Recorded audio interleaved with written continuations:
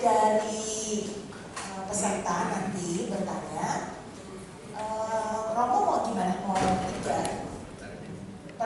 pertanyaan per termin, berarti 3 orang gitu ya. Jadi minta bantuan Kakak Yo. Aku punya benar. Nanti kita mulai ya, buka sesi pertanyaan, siap ya? Langsung 3 ya Romo. Nah, oke, silakan. Pertanyaan 1. Ada lagi? Belum. Ya, sekarang. Selamat sore Romo. Terima kasih banget Mateo. Nama saya Agustinus. Terima kasih banget, materinya sangat banyak, mendong buat saya pribadi gitu ya. Mendong, ngerti gitu. Dong. Izin saya punya satu pertanyaan begini Bang. Apakah Romo punya saran konkret bagaimana Ekaristi menjadi kebutuhan batin orang muda tanpa kehilangan jati diri Katolik? Konteksnya gini Bang, kami punya anak satu kelas umur 14 ya, kelas 9. Satu lagi mau ikut komuni pertama besok gitu ya.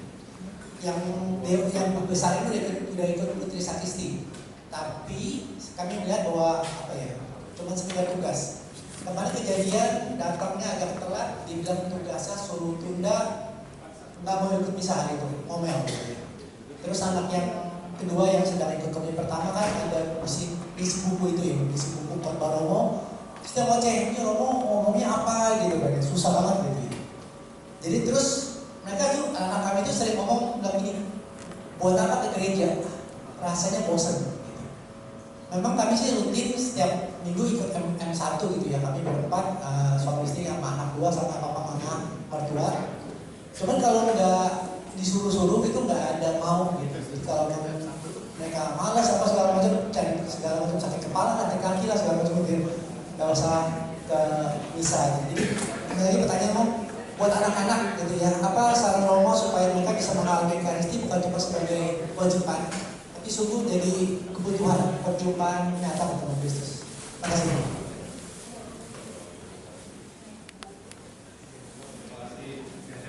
Lagi. Silakan, ini jarang-jarang loh. Ayo tanya soal. Baru 1 nih. Oke. Silakan. Romo, kenapa Hosti tidak punya rasa seperti mana?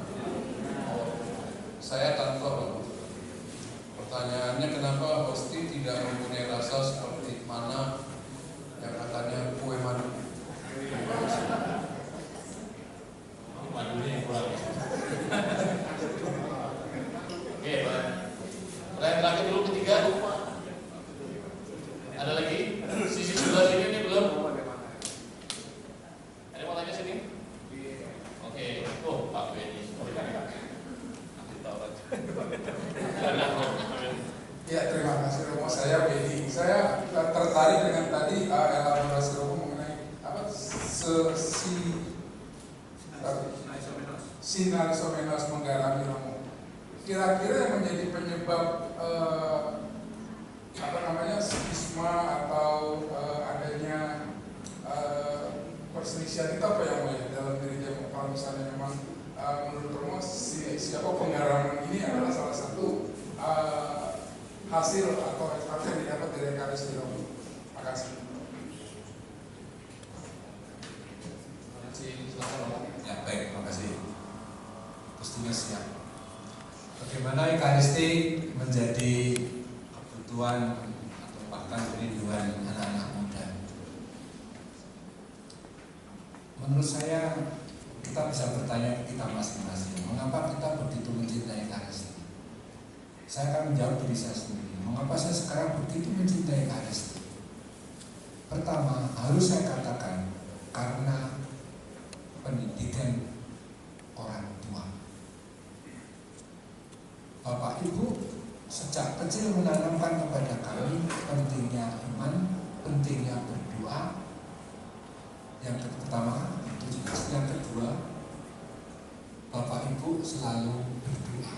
Saya selalu melihat mereka suka berdoa di depan atau Bunda Maria. Kalau harian selalu bisa harian. Bahkan ketika SMP saya libur, bapak saya sudah sakit gak bisa jalan, ketok-ketok pintu saya mengganggu saya supaya saya bangun. Iki libur, ayo misa kudus, misa pagi ke gereja. Males pak, atau aku siang. Biasa anak-anak kan masih belum sampai pada level kesadaran, apalagi kebutuhan. Karena ternyata itu butuh proses waktu. Gak usah anak-anak muda toh, frater-frater saja. Itu ada yang kadang-kadang gak bisa atau merasakan misalnya rutinitas, padahal frater calon romo, tapi sudah menjadi romo. Lalu ada tahap ketiga, ada magic moment, yaitu peristiwa-peristiwa yang begitu berpengaruh, itu bisa mengubah hidup mereka. Tapi yang paling dasar, pendidikan dan teladan orang tua, menurut saya kunci paling dasar. Juga kalau anak-anak sepertinya kelihatan gak mau ke gereja, gak kayak dulu protes-protes, biarkan anak itu pak fase mereka. Paham aja, yang penting kita ajak terus ikut misa, memberi contoh yang baik, harus saling diajak, ayo berarti gak mau ya sudah, kita berdua saya mau. Orang akan tergerak pada waktu itu. Karena misalnya seperti saya sekarang, saya begitu getol dengan Ekaristi, bahkan diminta Tuhan untuk menulis buku seperti ini. Itu pasti jasa orang tua saya yang memperkenalkan saya. Jasa terbesar mereka bagi saya adalah membaptis saya dan mengerjakan itu bagi saya jasa paling besar. Karena habis itu saya berkembang sesuai dengan rencana Tuhan sampai hari ini. Orang tua nggak berperan banyak akhirnya kalau mereka meninggal. Sudah meninggal kan nggak punya peran lagi. Dalam tanda kutip itu berdoa dari surga ya. Tapi peran dasar mereka telah diletakkan dan itu yang menjadi kunci awal. Kalau saya lihat, saya selama ini membantu para putri Sabtu dan Minggu. Anak-anak itu ternyata juga bisa sangat tertarik ke gereja, juga bergantung pada figur-figur pastor. Saya akui. Kalau pastornya itu sukanya marah-marah. Kalau mungkin tidak suka. Tapi tenang aja, masih ada gereja lain yang romonya tidak marah. Harus diakui bahwa umat itu pasti selalu merindukan umat romo tertentu karena tahu dirinya bagus, membayarkan bisa enak. Kan selalu ada yang favorit macam itu. Kamu pun sadar bahwa itu aku apa? Tapi yang paling penting anak-anak itu, saya itu paling suka dengan pemberkatan anak. Kalau pemberkatan anak itu habis kumpulin dulu. Di sini ada enggak? Ada. Saya turun memberkati anak, bukan sekedar memberkati, tapi saya berkata anak habis saya senyum. Kalau sakit badannya kan, dan lucu-lucu. Habis itu kan biasanya memaksudkan koin di malaikat ada juga di sini. Itu latih mereka berbagi. Penting itu. Soal kecil bukan sebenarnya yang penting. Melatih itu loh, berbagi dan persembahan itu untuk Tuhan. Dan kalau saya perhatikan, kalau sudah selesai misalnya, topik sudah selesai, tapi ada saya anak yang nanti saya tunggu sampai jam ini saya tunggu. Dan kadang saya lihat anak-anak lucu-lucu toh. Kalau malaikatnya enggak mantuk-mantuk enggak duduk, pegang kepalanya malaikat harus jatuh anu. Tapi juga ada anak lucu, menyenangkan. Saya itu dulu waktu masih dosen murni, gak pernah bantu paroki kayak sekarang ini. Katanya saya itu romo tapi ya kurang senyum mungkin. Sekarang pun tidak senyum sendiri saja, tapi lebih banyak senyum. Tahu nggak? Setiap perarakan itu saya kalau di sana itu selalu kalau ada anak kecil saya berkati sambil jalan, saya berkati, senang. Karena senang. Dan tidak sedikit oleh, halo Romo ada yang begitu. ayo. Nah kemarin bisa dipadukan itu di stasiunnya Grab. Itu pas khotbah ada anak-anak lari-lari dari belakang ke depan mimbar saya khotbah itu. Halo Romo, saya langsung jawab, halo juga. Waktu ketawa itu, habis saya kembali ke tema. Kadang-kadang saya lupa, nanti saya ngomong apa? Tempat mengingatkan, oh ya, terus kembali. Ternyata suasana macam itu anak-anak menyenangkan. Lalu juga ini disuruh nyanyi sesudah apa? Pengumuman, tapi anak-anak langsung maju. Itu cara-cara anak-anak mencintai Ekaristi.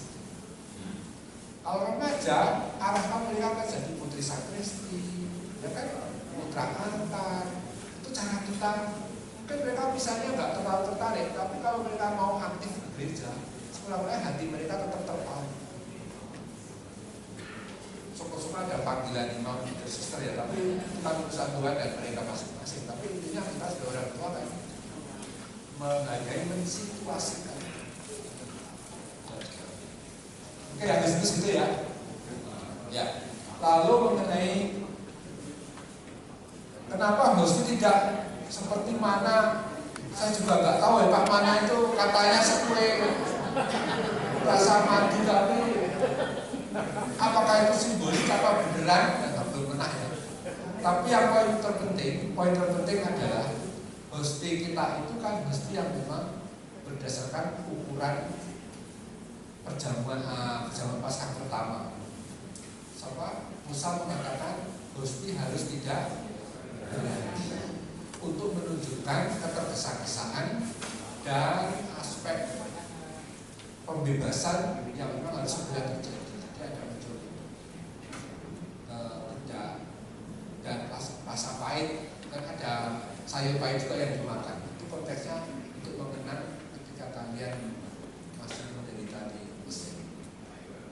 Sayur pahit itu ada. Jadi misalnya ya itu kalau kita ya sayur pahit apa ya pahit, pare ayam apa? Pare daun pepaya, nek pete nah. Ya. Jadi Pak, memang dasarnya lebih pada roti yang disuruh Musa dalam konteks itu. Nah, mana lebih pada aspek yang turun dari surga tadi dan turun tiap hari. Makanannya disitu bukan pada rasa. Rasa ternyata mengkaitkan dengan anak terjanji. Kemudian untuk Mbak Wendy, sinalisomenos, apa penyebab skisma? Skisma itu umumnya ada macam-macam faktor, tapi salah satunya misalnya gereja timur dan barat tahun 1054 itu telah skisma besar. Protestan juga Katolik itu abad 16 itu juga terjadi. Itu banyak faktor, ya sosial, politik, ekonomi. Kayak gereja timur itu kan nggak mau disuruh mengakui paus, ya kan soal kekuasaan, menyangkut soal kekuasaan. Tapi secara iman sendiri sebenarnya memang ada perbedaan soal bahasa. Yunani itu gereja timur itu kan pakai bahasa Yunani dan bahasa setempat. Roma sangat Latin macam itu. Perbedaan itu yang membuat mereka kemudian terpisah.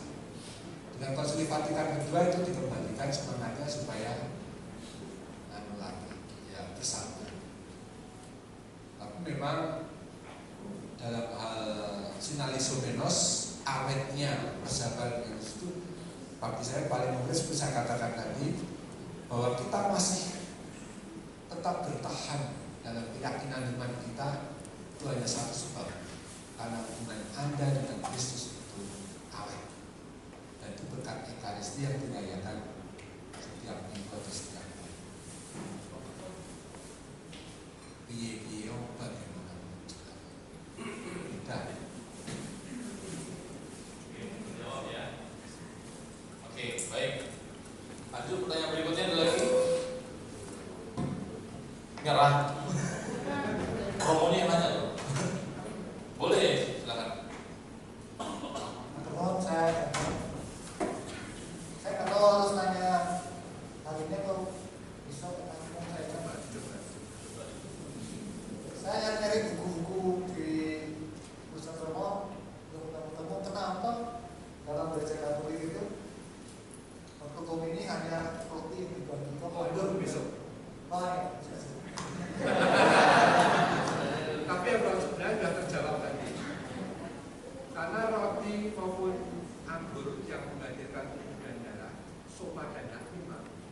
secara semitik menurut makna Yahudi. Menurut makna Yahudi, baik soma maupun haima itu menunjuk satu hal yang sama. Seluruh diri Yesus Kristus. Jadi menerima soma tok tubuh atau haima tok atau darah itu menerima seluruh diri Kristus. Tapi besok itu terjawab lebih yang menolak adalah Yohanes Wycliffe. Itu mengharuskan, Yohanes Hus, ada dua Wycliffe itu menolak transubstansiasi. Yohanes Hus itu mengharuskan dua rupa. Tapi gereja menolak karena Hus lupa makna darah dan soma dan haima yang sebenarnya menunjuk seaslinya. Tapi juga berkembangnya gagasan tentang konkomitansia. Konkomitansia besok pas skolastik saya jelaskan. Bukan nomor 201.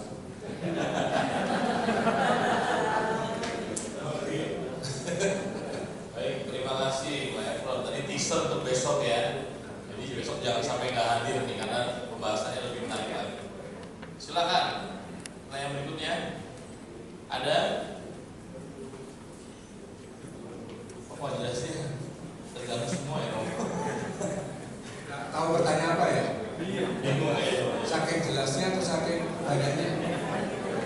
Ini saking terlalu jelas Bang. Semua lanjut ya. Ada yang mau nanya lagi? Wah langsung gua gitu nanya ya, sebentar.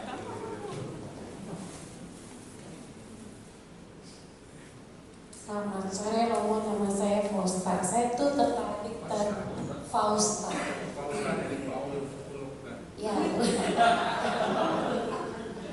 Tadi saya tertarik pada yang perjanjian garam tadi itu Romo, yang berulang-ulang dan menyebabkan kita juga akan rindu Ekaristi. Cuma ada suatu saat misalnya kita lupa itu bukan artinya lupa itu bukan lupa ke gereja atau apa, tapi karena ada sesuatu dan lain hal akhirnya tidak bisa menerima Ekaristi. Terus ketika dalam perjalanan itu ingat kembali kan namanya kita udah dari kecil ya itu istilahnya diajarkan gimana Ekaristi, ada kerinduan untuk dia balik. Apakah diperbolehkan dan kalaupun diperbolehkan kapan waktunya? Bentar, saya kehilangan subjeknya tentang kapan, kenapa gitu. Jadi istilahnya ketika kita kan kita sudah Katolik dan menerima Ekaristi dan ada perjanjian garam itu artinya diteguhkan terus dengan Ekaristi itu dikuatkan. Tapi di suatu perjalanan iman itu membuat kita lupa itu bisa karena halangan apapun menyebabkan meninggalkan gereja ya, tapi gereja Katolik atau Ekaristi itu gitu. Nah, ketika jadi murtad atau tidak, hanya jalan ke gereja lagi gitu. Ada halangan yang menyebabkan dia tidak bisa menerima Ekaristi tersebut gitu. Bukan murtad. Halangan yuridis atau Halangan itu macam-macam ya, saya enggak. oh ya itu halangan yuridis ya. Itu aja sih nomor pertanyaan. Ya. Kasih.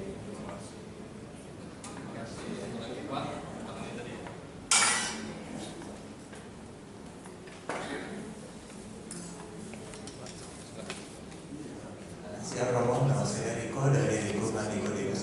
Yang tadi Romo sempat mention sih sebenarnya, yang mengenai Emmaus ya.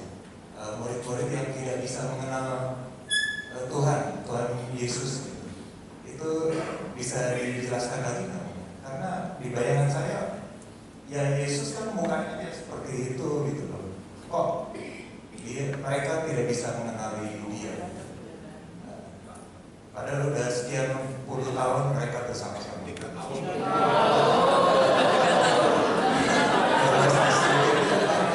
kasih Romo. Mau ada satu lagi boleh mau? Tanya ya, ya. Romo selamat sore. Saya Erwin Romo. Terkait sama terjemahan Romo. Tadi kan yang Bung Eni, For Eni ya.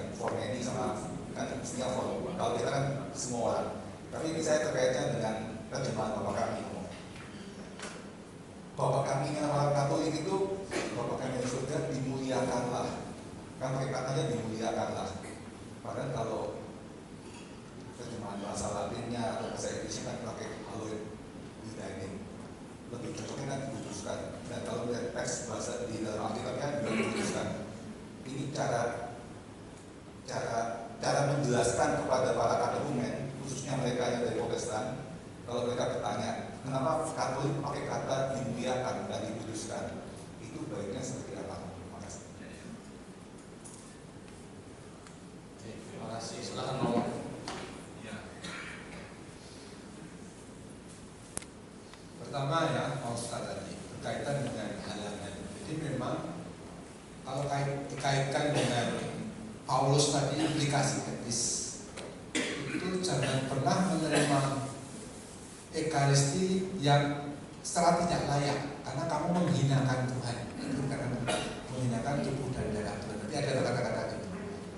Itu maksudnya orang harus punya disposisi, punya sikap batin yang sesuai, supaya istilahnya itu Ekaristi sungguh-sungguh yang bermakna pertama-tama bukan sekedar menerima Kristus, tapi hubungan dengan Kristus benar-benar itu terjaga, terrealisir. Intinya hubungan kesatuan dengan Tuhan itu tetap ada.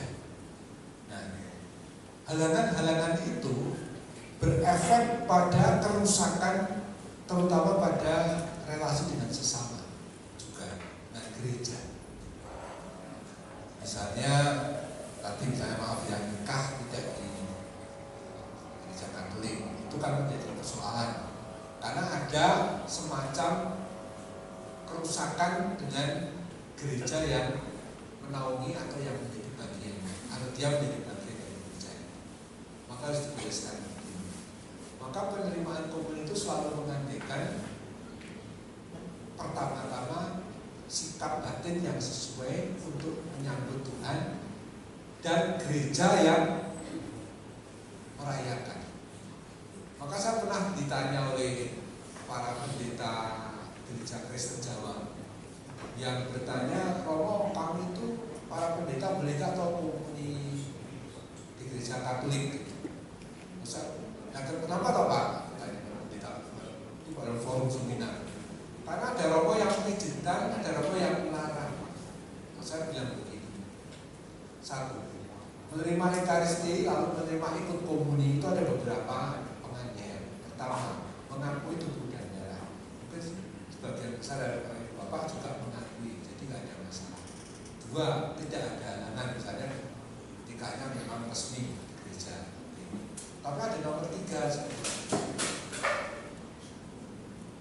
roti dan anggur itu diberkati oleh imam dalam doa syukur agung, dalam kesatuan dengan paus dan uskup. Maka menyebut nama paus, menyebut nama uskup setempat. Maka menerima Ekaristi itu juga menerima komunio bersama paus dan uskup. Jadi Bapak Ibu Pendeta, kalau Anda mau menerima komunio dan berjaga ini bisa, tapi Anda harus mengakui paus dulu dan uskup sebagai, berarti Anda harus Katolik. Pas saya bilang itu mereka diam. Terus saya yang keempat, sampai hari ini bahkan dalam buku tulis saya tulis, Kristen Protestan tetap tidak mengakui Ekaristi sebagai kurban. Tidak diakui bahwa misa adalah kurban. Dan sampai hari ini tidak mengakui. Nah, ada diskusinya ini. Besok tema besok. Dengan lain kata, maka tidak bisa. Nah, begitu pula berbagai kondisi yang membuat orang nggak boleh komuni itu karena ada semacam kerusakan relasi dengan gereja. Kan kalau orang nikah di luar gereja kan berarti sama saja dia kayak tidak mengakui kebersamaan gereja kan. Ya kan? Padahal komuni berarti bersatu dengan itu semua. Jelas ya? Ya. Maka nanti kalau sudah dibereskan, tinggal dibereskan kok.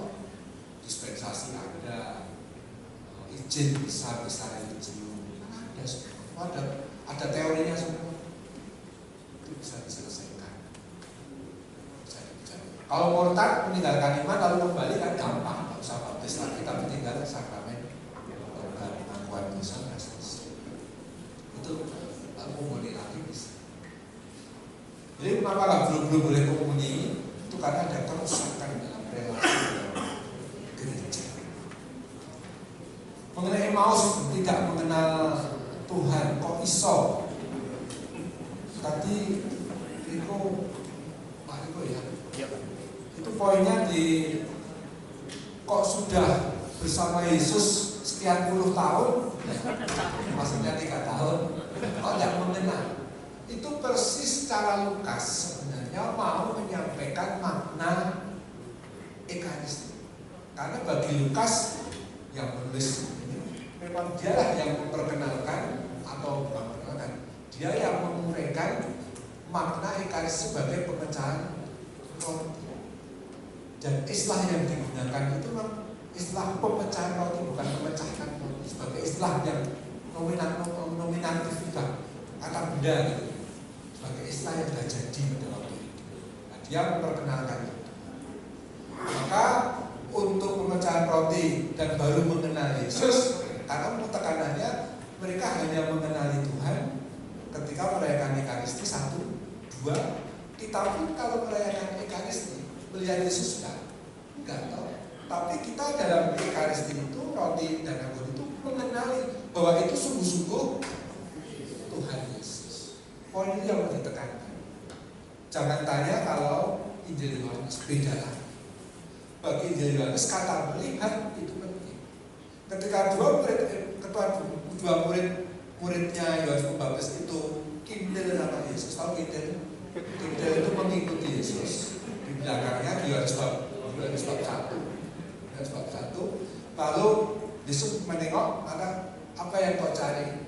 Guru, di mana engkau tinggal? Yesus sudah di mana? Mari dan lihatlah.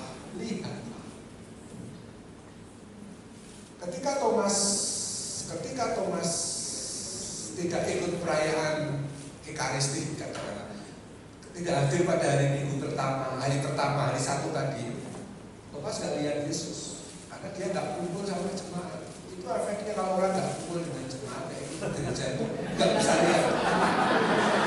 Kayak Thomas. Baru ketika 8 hari muda, berarti hari Minggu yang berikutnya di pasang kedua, dia datang. Tapi dia berkata, sebelum aku melihat dan mencucukkan, karena bagi Yohanes melihat itu poin penting. Melihat itu berarti percaya. Itu dengan Lukas, memang soal gagasan teologinya memang berbeda, tekanannya berbeda. Bagi Yohanes melihat itu penting. Ingat, tahun lalu saya menjelaskan juga bagaimana orang buta itu bisa melihat karena Yesus melihat Sang Mesias. Kalau dia disuruh ke Siloam untuk membasuh, Siloam itu artinya yang diutus. Dan membasuh air berarti ia menghidupi Yesus bersama dengan Yesus yang diutus.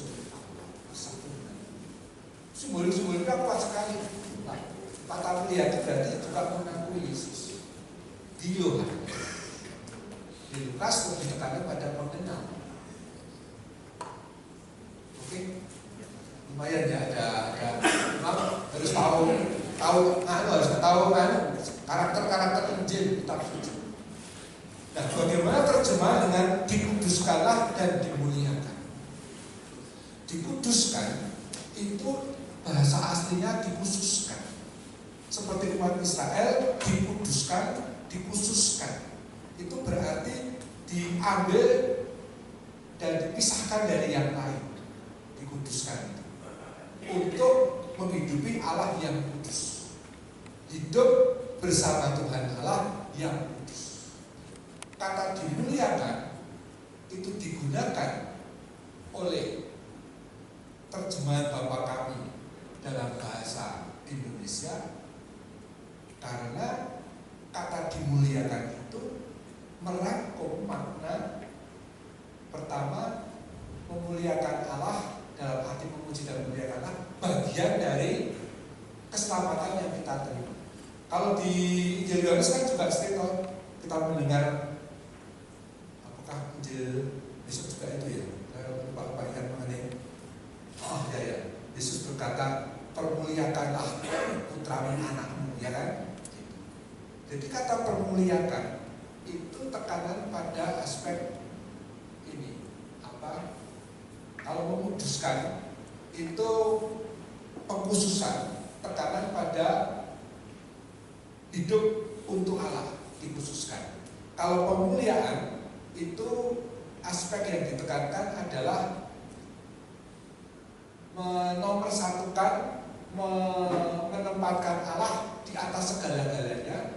Dengan cara itu maka memperoleh keselamatan. Maka memuliakan Allah itu sama saja dengan kita diselamatkan. Nah, pilihan ini memang soal pilihan yang ya namanya juga penerjemahan itu selalu selalu tergantung bagaimana kita mengartikan, menafsirkan pada istilah-istilah. Di kitab suci, kalau Matius menggunakan dikuduskanlah, Matius kan benar dikuduskanlah kan? Saya cek dulu ya. Itu orang itu ada hanya di Matius 6 ayat 11 dan Lukas 11 ayat 3. Bab 6 ayat 11. Matius ya, Bapa kami yang di surga, dikuduskanlah namamu. Oke? Lalu di Lukas bab 11 ayat 6.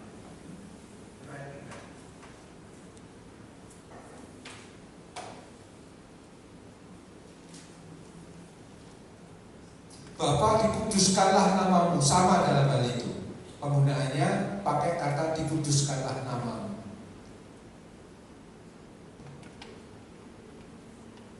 Maka terjemahan Indonesia itu tampaknya terjemahan yang lebih menekankan aspek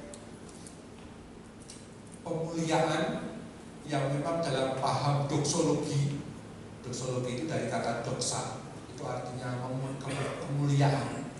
Itu menjadi tekanan. Tapi sebenarnya maknanya akhirnya sama. Dikuduskan dikaitkan dengan pengkhususan. Dalam tradisi Yahudi itu jelas umat Israel dikhususkan dari segala bangsa lain dipilih. Sedangkan dimuliakan itu juga digunakan di ayat Injil Yohanes, muliakanlah anakmu, putramu.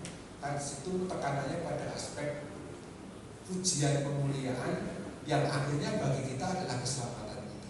Maka istilah kalau dalam 1 Irenaeus berkata begini, Gloria Dei Homo Vivens. Gloria itu kemuliaan, Dei Allah, Homo manusia, Vivens hidup. Memuliakan Allah berarti manusia yang hidup. Dengan lain kata, kalau kita memuliakan Allah, caranya adalah memanusiakan manusia.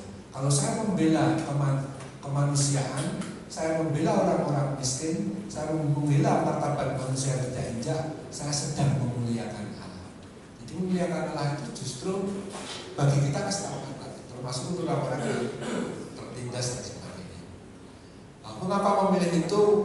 Saya juga nggak membuat doa itu, jadi saya nggak nafsirkan saja.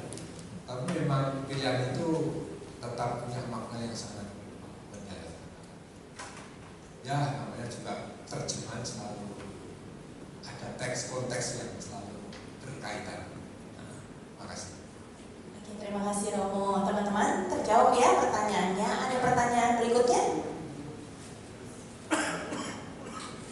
Nyambung kayak tadi. Dalam bahasa Latinnya kan digunakan kata sanctificetur. Itu kan juga dikuduskanlah ya.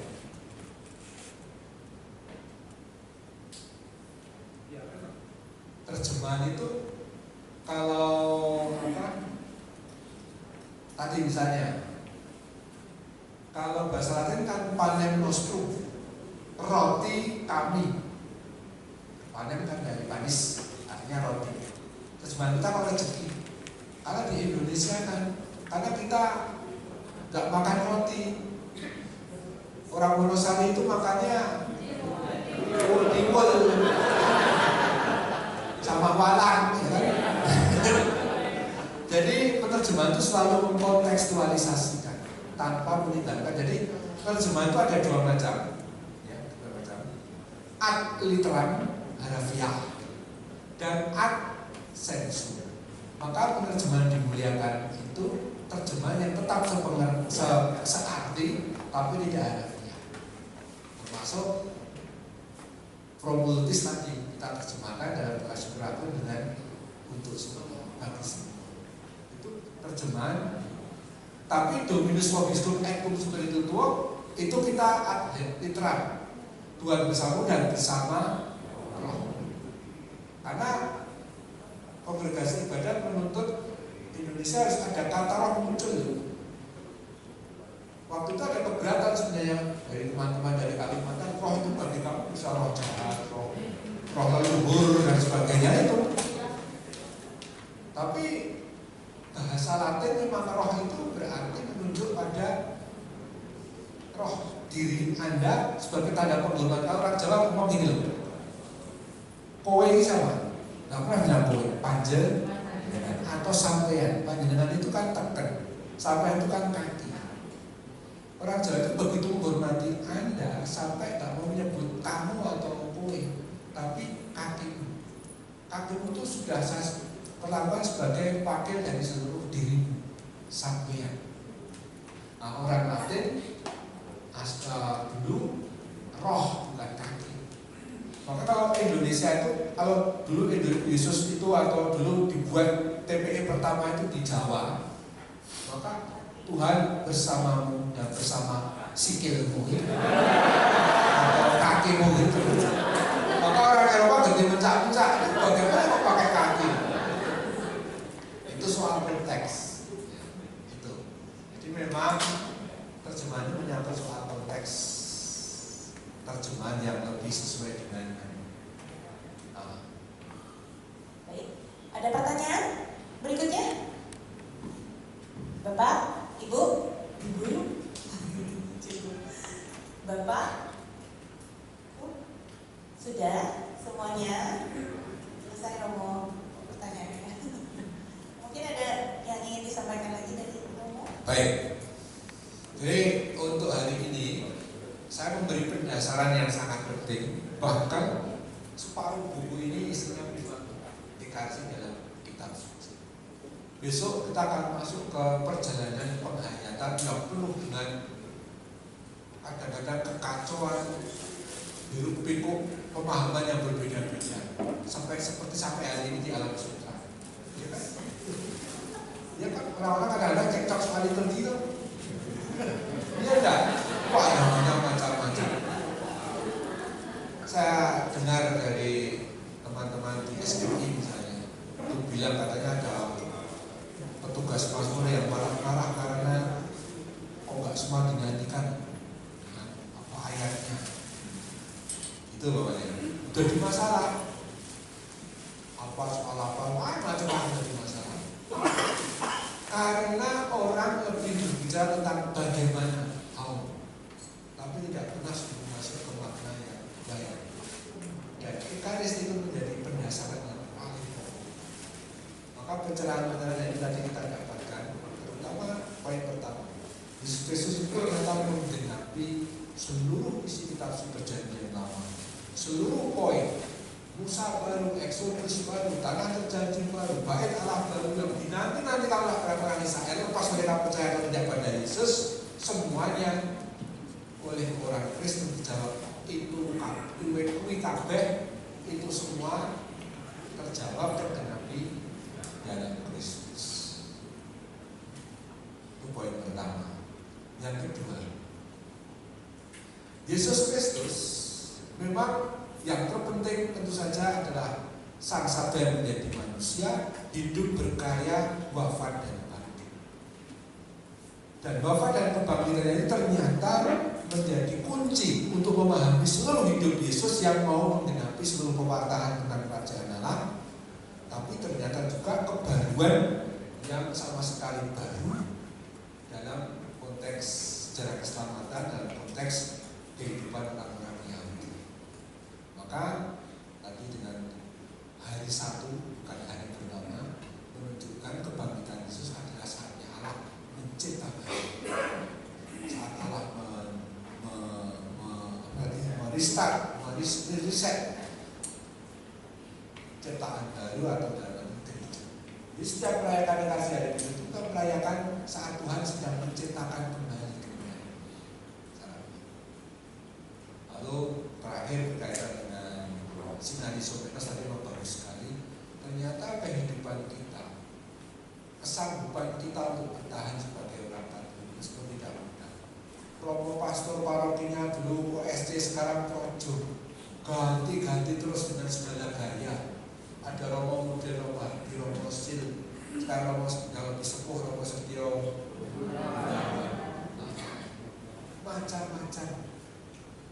Tapi nyatanya umat tetap ke gereja. Tapi kalau hari raya datang sudah raja sebelumnya.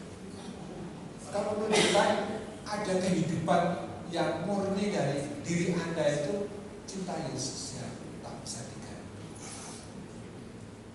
Poskop boleh ganti, pastor paroki boleh ganti, prodiakon boleh ganti, pengurus boleh ganti, tapi Yesus Kristusnya tidak boleh ganti. Dan Yesus itu kita temui, kita alami dalam Ekaristi. Terima kasih Romo.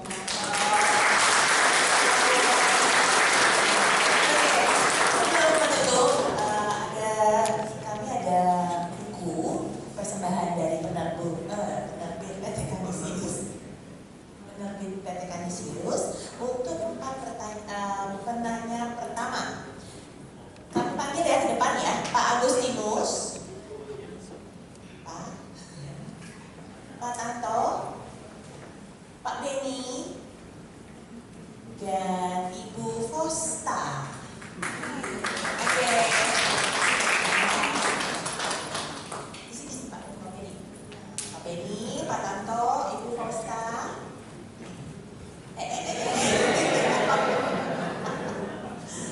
Nanti Romo berkenan untuk memberikan buku.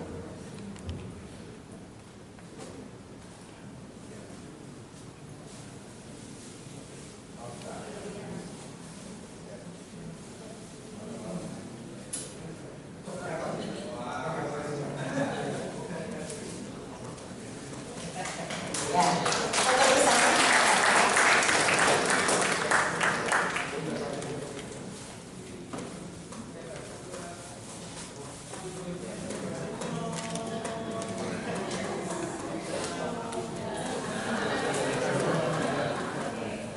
Terima kasih Pak Moko, Romo Marto, penerbit PT Kanisius, dan